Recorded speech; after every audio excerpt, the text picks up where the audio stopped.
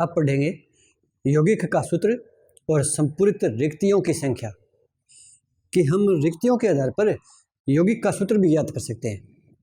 इसके बारे में हमने पिछले लेक्चर में पढ़ा था कि किसी भी क्रिस्टल के अंदर अवयवी कण कितने होंगे जो निबिड़ संकुलन में भाग लेंगे, और उसमें अष्टफलकीय रिक्तियों की संख्या कितनी होगी और चतुष्फलकीय रिक्तियों की संख्या कितनी होगी।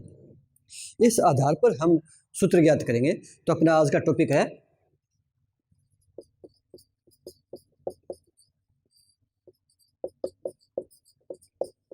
यौगिक का सूत्र मुख्य रूप से, और ये यौगिक का सूत्र निर्भर करेगा रिक्तियों की संख्या और वो भी कितनी संपूरित हुई है।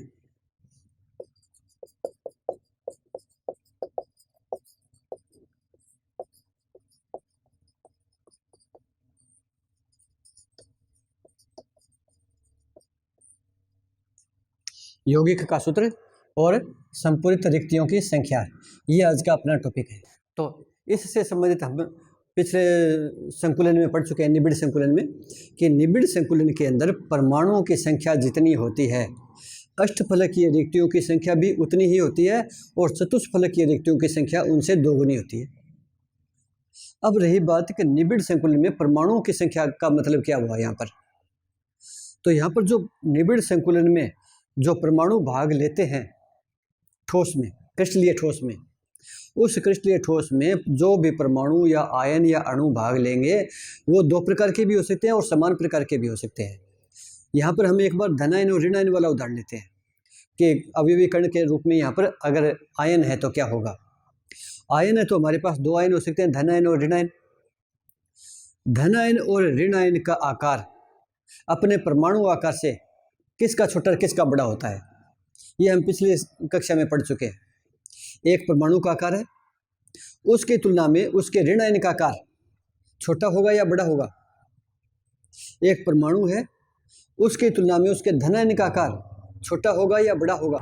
ये हम पढ़ चुके हैं पीछे कि कोई भी परमाणु है उसके आकार की तुलना में उसके ऋणायन का आकार हमेशा बड़ा होता है, क्योंकि उसके पास एक इलेक्ट्रॉन फालतू होता है, कम से कम, ज़्यादा भी हो सकते हैं, और उसमें इलेक्ट्रॉन की संख्या ज़्यादा हो जाती है और नाभिक में प्रोटॉन की संख्या कम होती है। उसके कारण नाभिक का आकर्षण थोड़ा सा कम होने के कारण और वो फैल जाता है, आकार थोड़ा सा बढ़ गया।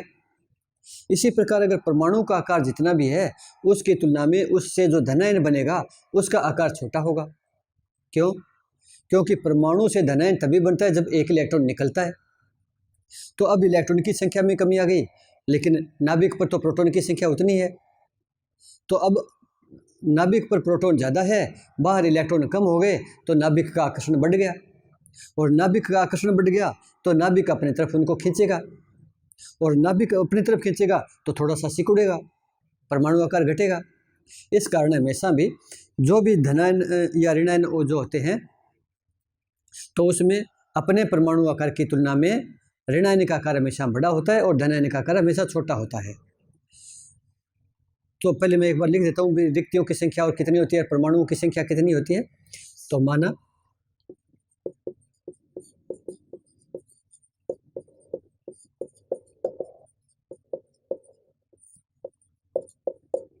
निबिड़ संकुलन में, यहाँ पर परमाणुओं की संख्या लिख रहा हूँ मैं एक बार।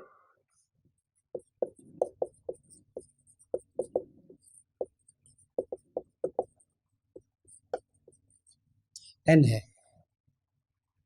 ठीक है। यहाँ परमाणु लिखा है मैंने एक बार, यहाँ आयन भी हो सकते हैं, अणु भी हो सकते हैं। अब अष्टफलकीय रिक्तियों की संख्या कितनी होगी।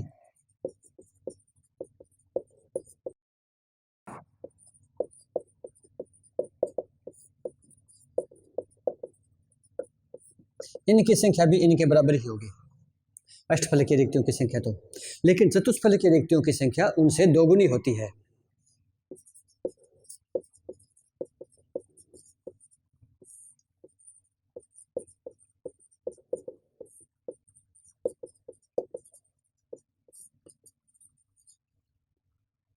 ये भी हम पढ़ चुके हैं पीछे, चतुष्फलकीय रिक्तियां कैसे बनती है और अष्टफलकीय रिक्तियां कैसे बनती है।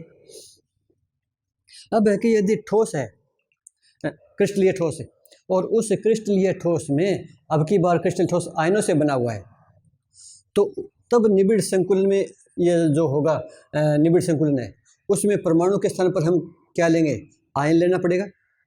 और आयन भी कौन सा लेंगे, धन आयन लेंगे या ऋण आयन लेंगे। तो यहाँ पर धन आयन की तुलना में ऋण आयन का आकार बड़ा होता है, तो वो ज़्यादा एक दूसरे से सटे हुए होंगे। तो इस कारण जो भी ठोस क्रिस्टलीय ठोस है, आयनिक क्रिस्टल ठोस है, उसमें जो निबिड़ संकुलित संरचना होती है, उसमें जो ऋण आयन है वो संकुलित संरचना बनाते हैं। और छोटे जो धन आयन होते हैं वो रिक्तियों में अपना स्थान पाते हैं, रिक्तियों में भरे जाते हैं। तो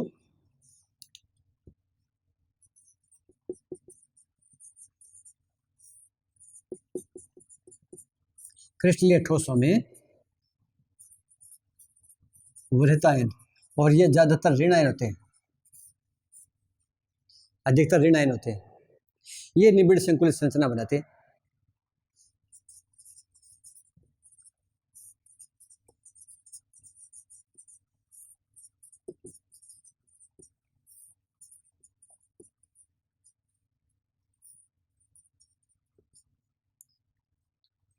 ऋण आयन बनाएंगे।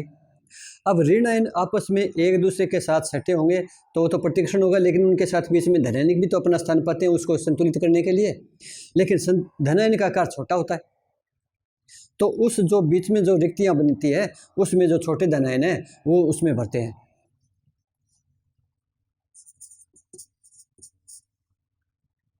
यहाँ पर वृत्त आयन कर रहा हूँ मैं, और वृत्त आयन ऋण आयन होता है, और छोटे आयन ये धनायन होते हैं।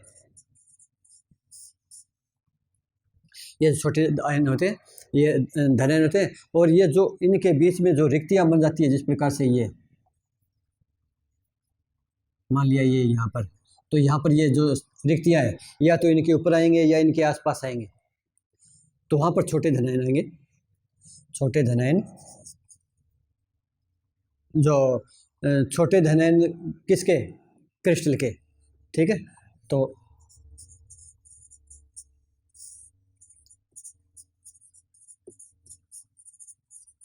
रिक्तियों में भरते हैं, ठीक है।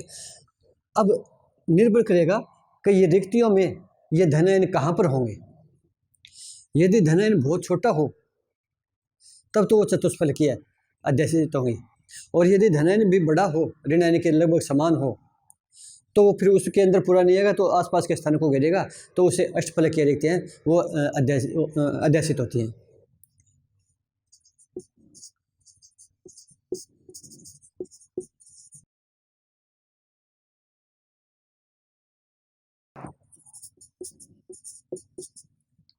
यदि धनायन छोटा हो तो क्या होगा, चतुष्फलकीय।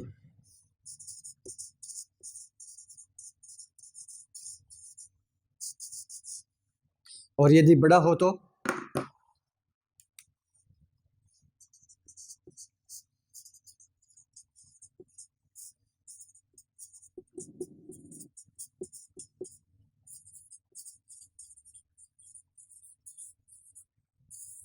अष्टफलकीय। ये जो रिक्तियाँ हैं वो अध्यासित होंगी। जो अध्यासित होने का मतलब है चतुष्फलकीय के ऊपर जब पूरा आ जाता है तो 3 नीचे और 1 ऊपर धनायन आ गया, 4 से वो घिरी होती है तो चतुष्फलकीय। 3 नीचे और 3 ऊपर, लेकिन जो उनकी दिशा ऊर्ध्वमुखी और अधोमुखी होती है तो अष्टफलकीय।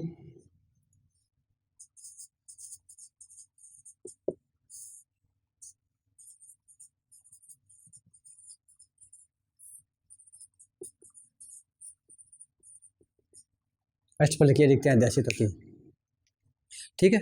सभी चतुष्फलकीय हो या अष्टफलकीय हो, ये रिक्तियाँ अध्यासित नहीं होती है।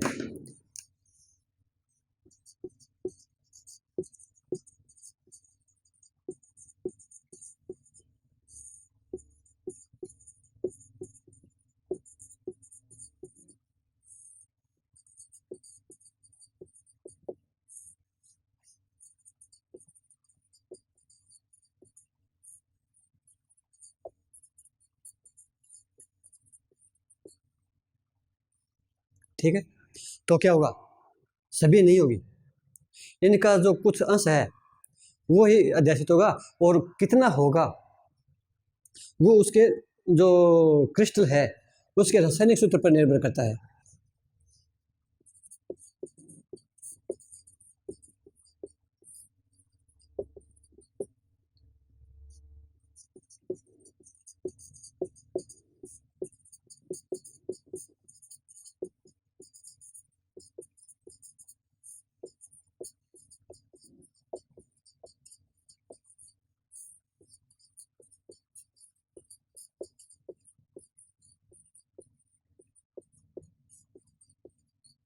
तो यहाँ पर रासायनिक सूत्र आ गया, यौगिक का कहें या क्रिस्टल का योग कहें, तो यहाँ पर ये क्रिस्टल है और क्रिस्टल यौगिक होता है, तो इसके स्थान पर यौगिक भी कह सकते हैं।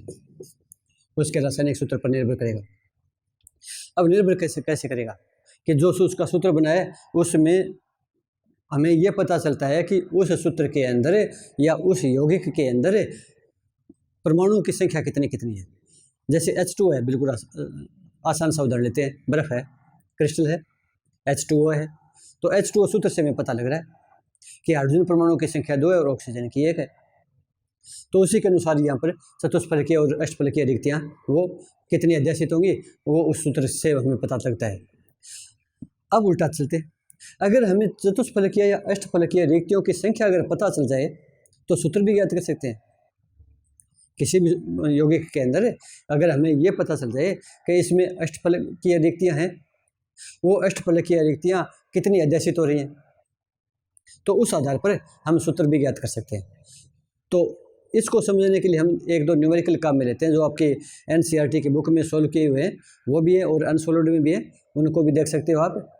तो अब जो हम इसमें से बारी बारी से 2-3 जो न्यूमेरिकल हैं, आंकिक प्रश्न हैं, उनको लेते हैं और उनको हल करेंगे, तब वो हमारे और क्लियर हो जाएगा। तो बिल्कुल सीधी सी आसान सी बात ये होगी कि कोई भी क्रिस्टलीय ठोस है, उसके अंदर जो संकुलन संरचना होती है, अगर वो आयनिक है तो उसमें ऋणायन के कारण होती है। जो भी हम परमाणुओं की संख्या जो गिनते हैं उसके स्थान पर हम आयनों की संख्या गिनेंगे और वो हम ऋणायन को लेंगे। अगर ऋणायन की संख्या n है तो अष्टफलकीय रिक्तियों की संख्या भी n होगी, चतुष्फलकीय रिक्तियों की संख्या 2n होगी। बाकी निर्भर करता है कि उनकी कितनी संख्या अध्यासित हो रही है। हो सकता है n पूरी ना हो सकता है 2n पूरी ना हो, तो जितना होगा उसी के अनुसार सूत्र बनेगा। अभी ये आपकी पुस्तक में से एक प्रश्न दिया हुआ है, इसमें हमें दे रखा है कि एक यौगिक है वो 2 तत्व X और Y से निर्मित है और तत्व Y है, इसके जो परमाणु यहाँ पर ऋणायन कह रखा है से CCP बनता है, CCP बनता है। तत्व X के परमाणु वो धनायन है, सभी अष्टफलकीय रिक्तियों से भरे होते हैं। यौगिक का सूत्र क्या है, तो जो हमने पढ़ा था वो यहाँ पर रिवीजन होगा। अब आपके सही समझ में भी आ जाएगा कि क्या क्या स्थिति हमें करनी है, क्या हमें देखना है और कैसे इसका सूत्र निकल जाएगा। अब हमारे पास जो यौगिक है वो तो XY है,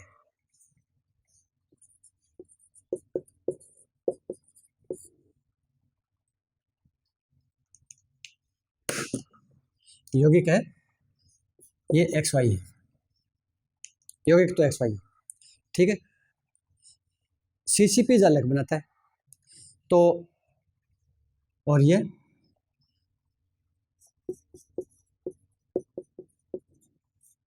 CCP जालक बना रहा है। तो इस XY के अंदर कितने परमाणु या आयन है, 2 हैं, एक X है एक Y है। X हमें धनायन दे रखा है, Y हमें ऋणायन दे रखा है। तो जालक CCP जालक है, किस से बनेगा, X से बनेगा या Y से बनेगा। हमने क्या पढ़ा अभी कि कोई भी क्रिस्टल संरचना होती है उसमें जो संकुलन होता है, जो संकुलित संरचना बनती है, वो जालक जो बनता है वो ऋणायन के कारण बनता है। तो यहाँ पर Y के कारण बनेगा।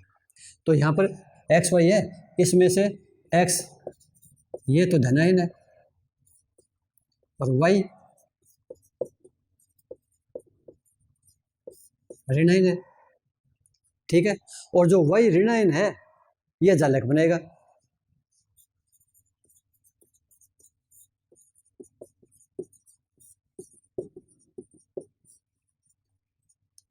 Y ऋणायन जालक बनेगा। जालक बनने का मतलब है कि इसमें निबिड़ संकुलन में जो निबिड़ संकुलन जो बन रहा है वो किसके कारण बन रहा है, उनकी संख्या कितनी है, तो उनकी संख्या हम इस Y की लेंगे, ठीक है।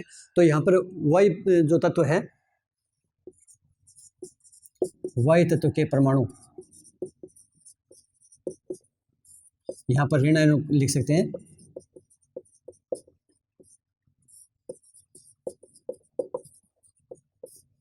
कितनी N मान ली, n मान लिया हमने।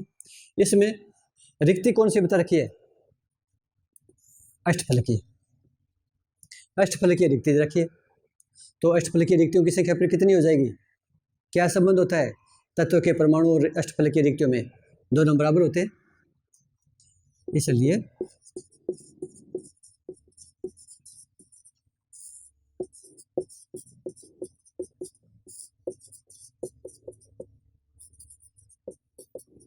ये भी n होगी, दोनों बराबर होगी। और हमें क्या दे रखा है? हमें ये दे रखा है कि तत्व x के परमाणु सभी अष्टफलकीय रिक्तियों से भरे होते हैं। तो धन की संख्या कितनी होगी? x परमाणु की संख्या कितनी होगी? अगर उन्होंने सभी अष्टफलकीय रिक्तियों को भर रखा है तो उनके बराबर होगी, अगर पूरा नहीं भर रखा तो जितना है वो उतनी होगी। तो यहाँ पर ये सभी कह रखा है, तो सभी का मतलब हो गया कि जितने अष्टफलकीय रिक्तियां हैं उतने ही धन है। तो तत्व x के परमाणु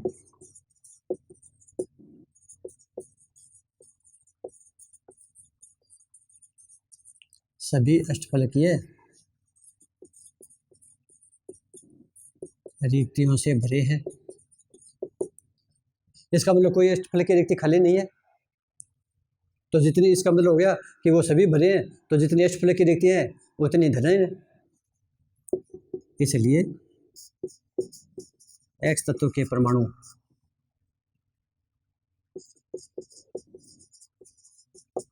इनको धनायन भी कहेंगे।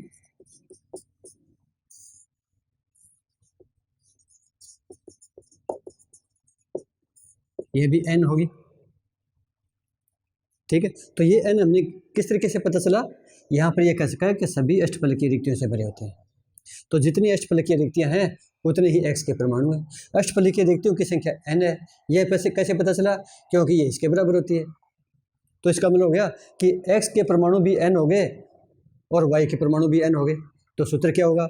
सूत्र में हमने मान लिया कि x y का अनुपात निकाल ले कि x के भी n हैं, y के भी n हैं, n से n कैंसिल, 1:1 आ गया। इसका मतलब हो गया, तो इसलिए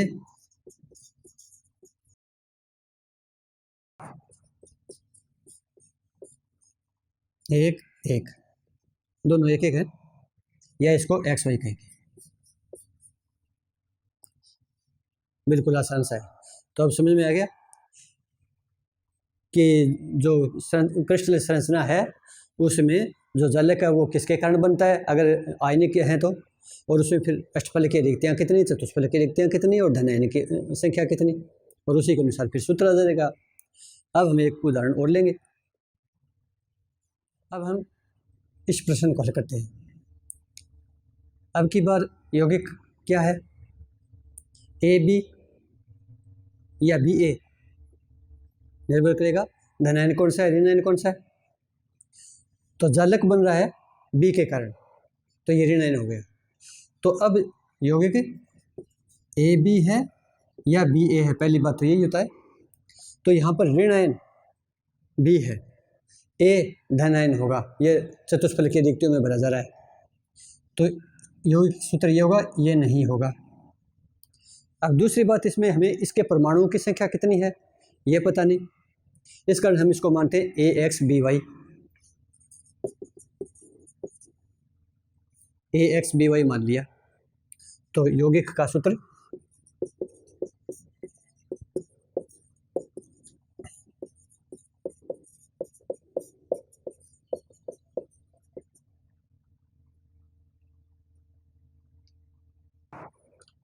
तो ए एक्स बी वाई होगा। तो इस ए एक्स बी वाई में ए तो हो गया धनायन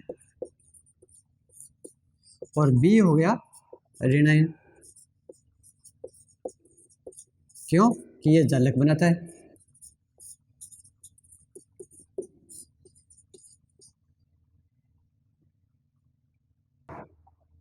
तो इस यौगिक में कौन से तत्व की संख्या n मानेंगे जिसके कारण जालक बनता है? जालक किसके कारण बनता है? बी के कारण। तो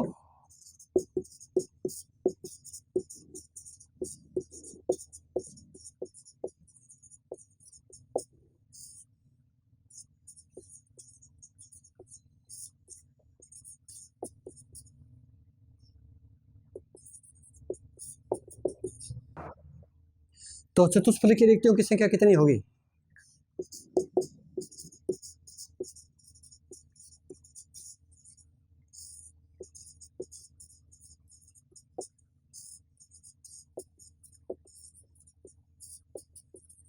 दो n, ये तो हमें पता है इतना होता है। लेकिन यहाँ पर ये चतुष्फलकीय रिक्तियां दो n ही लेंगे क्या? ये निर्भर करेगा हमें प्रश्न में क्या दिया हुआ। प्रश्न में दिया हुआ है कि तत्व ए के परमाणु 2/3 चतुष्फलकीय रिक्तियों को भरते हैं, सारी रिक्तियों को नहीं भर रहे। अगर सारी रिक्तियों को भर देते तो हमें ए के परमाणु की संख्या पता चल जाता। मान लिया बी तत्व के परमाणु 100 हैं, तो चतुष्फलकीय रिक्तियां 200 होती, और 200 रिक्तियों प्रत्येक में अगर धन n भरा जाता तो धन n की संख्या भी 200 हो जाती। लेकिन इसके अनुसार सारे नहीं भरी जा रही, चतुष्फलकीय रिक्तियां सारी नहीं भरी जा रही। तो कितनी भरी जा रही है? इसका 2/3।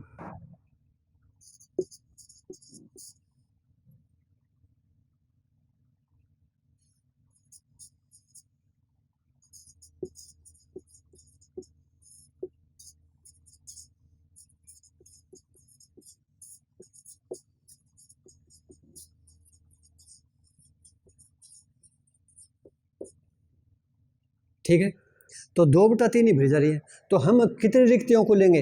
2n को लेंगे या सभी को लेंगे या केवल जितनी भरी हुई है उनको लेंगे? हमें तो यौगिक का सूत्र निकालना है। तो यौगिक का सूत्र तो उसी में निकलेगा जिसमें ए परमाणु भी आ गया। जो खाली हो गया उसमें तो ए है ही नहीं, तो वहाँ तो सूत्र नहीं बनेगा। तो इस कारण हम यहाँ पर जो रिक्तियों की संख्या है वो 2n न लेकर इसका 2/3 लेंगे।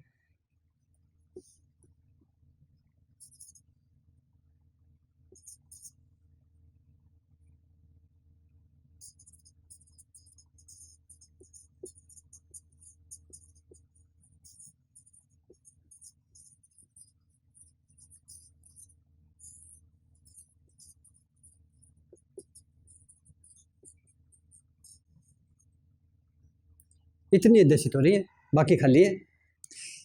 2n का 2/3 भाग में ही केवल ए परमाणु है वो भरे जा रहे हैं, बाकी खाली हो गई। तो अब हमारे पास ए की संख्या आ गई। कितनी आ गई? अब ये ए की संख्या है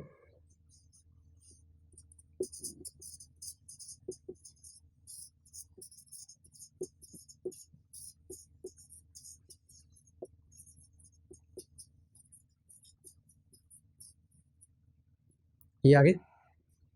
हमारे पास ए परमाणु और बी परमाणु दोनों की संख्या आ गई, तो सूत्र बन जाएगा। सूत्र हमारे पास ये आ जाएगा कि दोनों के परमाणु कितने कितने हैं? ए अनुपात बी। ए के कितने हैं? 2n का 2/3। बी के कितने हैं? n। n से n कैंसिल, ये 2 दूनी 4/3 अनुपात 1 या 4:3 हो गया। तो क्या मतलब हो गया? ए बी, ए के तो हो गए 4 और बी के हो गए 3। ये सूत्र बन गया। तो क्रिस्टलीय यौगिक का सूत्र हमारे पास है A4B3। तो इस तरीके से हमने कितने परमाणु से जालक बनता है, उसकी कितनी रिक्तियां अध्यक्षित हो रही हैं धन n के द्वारा, तो उसके आधार पर हम यौगिक का सूत्र भी ज्ञात कर सकते हैं। तो ये 2 अच्छे न्यूमेरिकल हैं, इनको अच्छी तरह से करना, परीक्षा में भी पूछे जाते हैं। इससे संबंधित दूसरे रूप भी बन सकते हैं। कितने बनो, तरीका यही रहेगा।